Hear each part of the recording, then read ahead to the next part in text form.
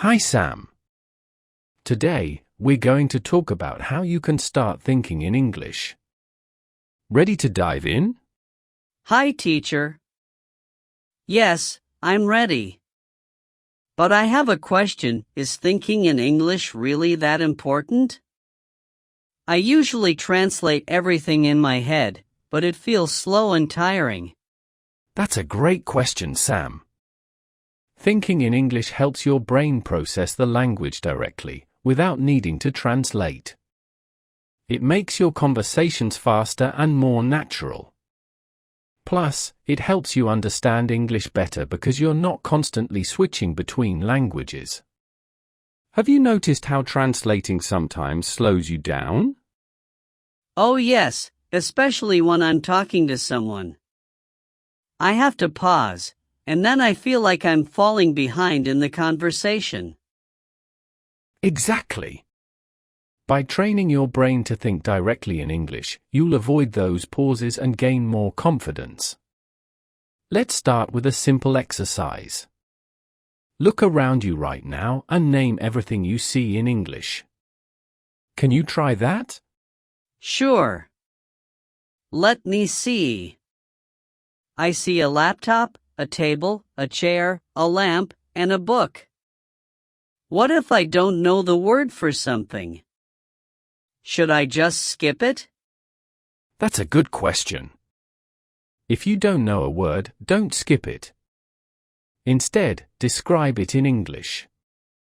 For example, if you don't know the word remote control, you could say, "It's the thing I use to change TV channels." This keeps your brain thinking in English and also helps you learn new words. Can you try describing something around you that you don't know the word for? Okay. I see something that's used to hold papers together. I don't know the word, but I could say, it's a tool to keep papers in one place. Perfect. That's exactly how you should approach it. By the way, that's called a paperclip. But now you have a strategy for when you don't know a word. Let's take this a step further and try thinking in sentences. What simple sentences can you think of about what you're doing right now? I could say, I am sitting at my desk, or I am talking to my teacher. But what if I'm unsure if my sentences are correct?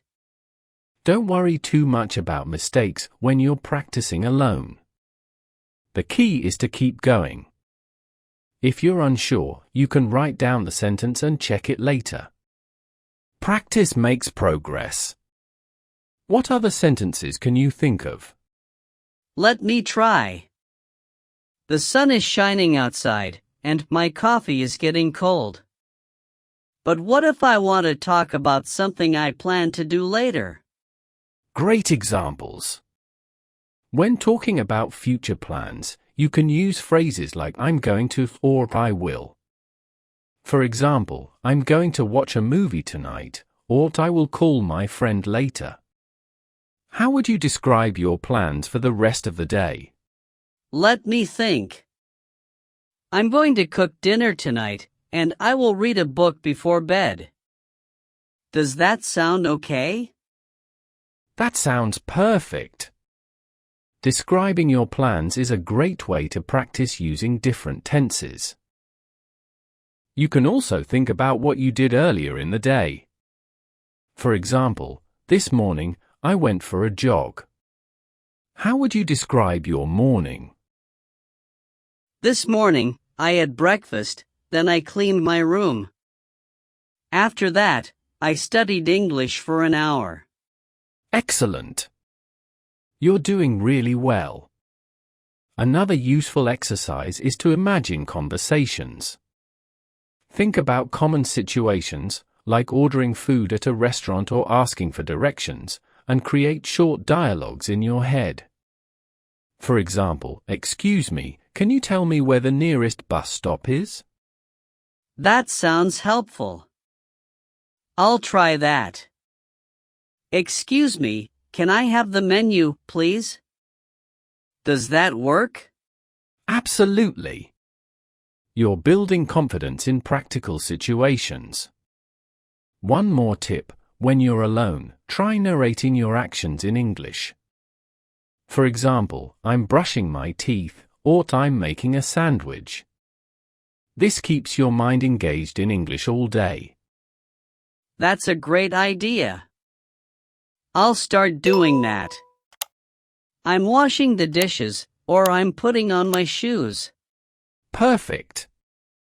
The more you practice, the more natural it will feel. Remember, consistency is key. Even a few minutes every day can make a big difference.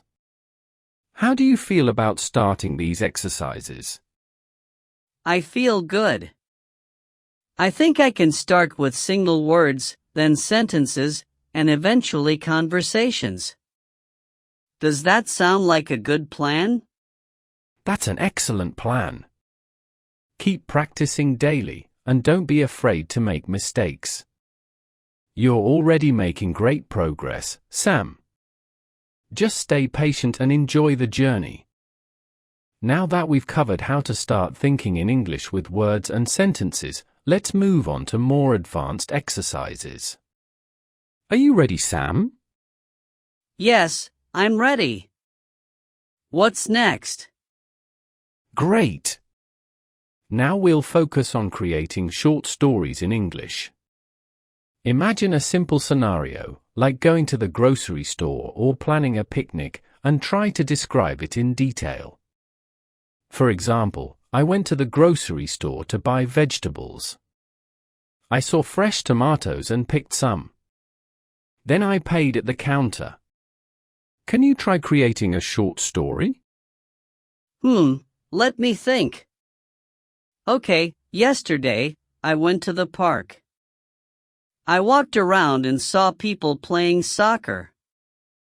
Then I sat on a bench and read a book for a while. That's excellent. Short stories like these help you practice organizing your thoughts and using past tense verbs. Now, let's add more details. For example, what kind of book were you reading? Or, how did the weather feel? Okay. The weather was sunny and warm. I was reading a mystery novel, and it was really interesting. Fantastic! Adding details makes your stories more engaging and helps you practice using descriptive language. Next, let's talk about expressing opinions in English. For example, you could say, I think mystery novels are exciting because they keep you guessing. What's your opinion about the book you read? I think the book was very exciting.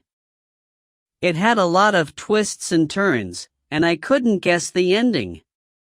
That's a great opinion. Expressing what you think or feel in English is another way to improve fluency. Now, let's practice asking and answering questions. Imagine you're talking to a friend about your trip to the park. They might ask, why did you decide to go to the park, or what did you enjoy the most? How would you answer those questions? For the first question, I would say, I went to the park because I wanted to relax and enjoy nature. For the second, I'd say, I enjoyed reading my book the most because it was so interesting. Perfect answers. Practicing question and answer formats is great for preparing for real conversations.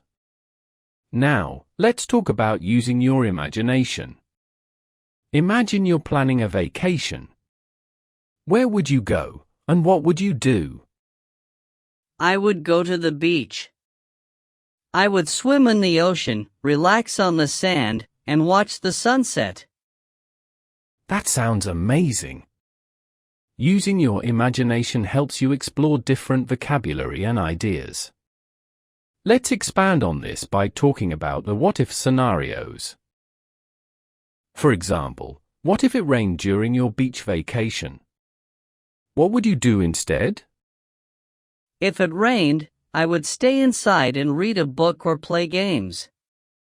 Maybe I would watch the rain from the window. Great answer. Practicing hypothetical situations helps you think creatively and use different tenses. Now, let's move to another activity, listening and responding. Imagine I say, "I'm really tired today." How would you respond to that? I could say, "Why are you tired?" Or maybe you should take a rest. Perfect. Listening carefully and responding appropriately is key in conversations. Let's try another one. If I say, "I'm excited about the weekend," how would you reply? I might say, "What are your plans for the weekend?" Or "That's great. I hope you have fun." Exactly. You're doing so well, Sam. Now, let's talk about how you can practice on your own. Listening to English podcasts, watching movies, and reading articles are great ways to immerse yourself in the language. Have you tried any of these? Yes, I've watched movies in English, but sometimes it's hard to understand everything. That's normal. Start with movies or shows that have subtitles. Over time, you can try turning off the subtitles and focus on listening. Podcasts are also a great way to improve your listening skills. You can even pause and repeat parts to understand better. What kind of movies or podcasts do you enjoy? I like action movies and podcasts about science and technology. Perfect. Find content in those genres, and it will be easier to stay motivated. Another tip is to write a daily journal in English. Write about your day, your thoughts, or your plans. It's a great way to practice writing and organizing your ideas. Would you like to try that? Yes, I think that's a great idea. I'll start with a few sentences every day. Excellent. Consistency is key. Remember, it's okay to make mistakes.